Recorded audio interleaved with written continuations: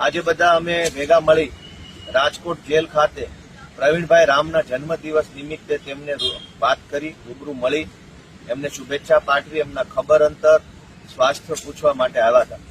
શરૂઆતમાં અમે અહીંયા મેઇન ગેટ ઉપર ફોર્મ ભર્યું, બધી વિગત આપી, તો અમને મેઇન ગેટથી જવા દીધા, ફોર્મ ભરી લીધું, સ્વીકારી લીધું, અમને વેઇટિંગમાં બેસાડ્યા.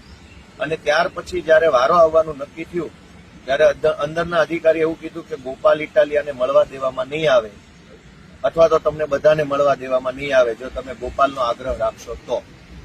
ત્યાર પછી મેં ઘણી ચર્ચા કરી કે મને કેમ નહીં મળવા દેવામાં આવે, કયા નિયમ, કયો કાયદો, કઈ જોગવાઈ, પ્રિઝન એક્ટ એટલે કે જેલનો કાયદો બનેલો છે એની કઈ શું જોગવાઈ છે.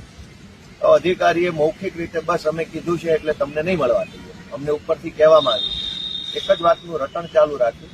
મેં ઘણી બધી વિનંતી કરી, રજૂઆત કરી કે કોઈ નીતિ નિયમ પ્રમાણે હોય તો કઈ વાંધો નથી, પણ હવે મારી વાત માન્યા નહીં.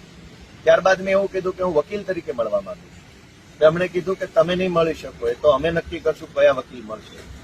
સામાન્ય રીતે નિયમ એવો હોય છે કે કોઈ પણ XYZ વકીલ જેલની અંદર રહેલા કેદીને મળી શકે છે, કારણ કે વકીલ અને કેદીની મુલાકાતનો ઉદ્દેશ્ય લીગલ સલાહ, સૂચન, માર્ગદર્શનનો હોય છે.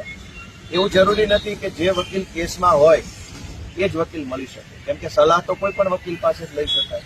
એટલે પ્રવીણભાઈના કેસમાં વકીલ ગોપાલ હોય કે ન હોય, પણ પ્રવીણભાઈને જો ગોપાલ નામના વકીલ પાસેથી સલાહ સૂચન લેવી હોય તો પ્રવીણભાઈ અને ગોપાલ મળી શકે છે, આવો નિયમ. પરંતુ એમાં પણ જેલના અધિકારીએ મનમાની કરી. એક બાજુ ખેડૂતોની લડાઈ લડનારા લોકો જેલમાં છે. જૂનાગઢ જિલ્લા આમ આદમી પાર્ટીના પ્રમુખ હરેશભાઈ સાવલિયા અત્યારે ખેડૂતોની લડાઈ લડતા હતા, એમના ઉપર ખોટી એટ્રોસિટી અને છેડતીની ફરિયાદ કરી જેલમાં પૂર્યા. પ્રવીણભાઈ રામ અત્યારે જેલમાં છે, રાજુભાઈ કરપડા જેલમાં છે, પણ ગુજરાતને ડ્રગ્સ વેચી અને બરબાદ કરનારા લોકો અત્યારે મહેલમાં છે, મજામાં છે, ખુશ છે. દારૂ વેચનારા, શિક્ષણ વેચનારા, આરોગ્ય વેચનારા, હલકી કક્ષાની દવા વેચનારા, કૌભાંડ કરનારા બધા જ લોકો બિંદાસ ફરે છે, પણ ખેડૂતોની લડાઈ લડનારા લોકો જેલમાં છે. પ્રવીણભાઈ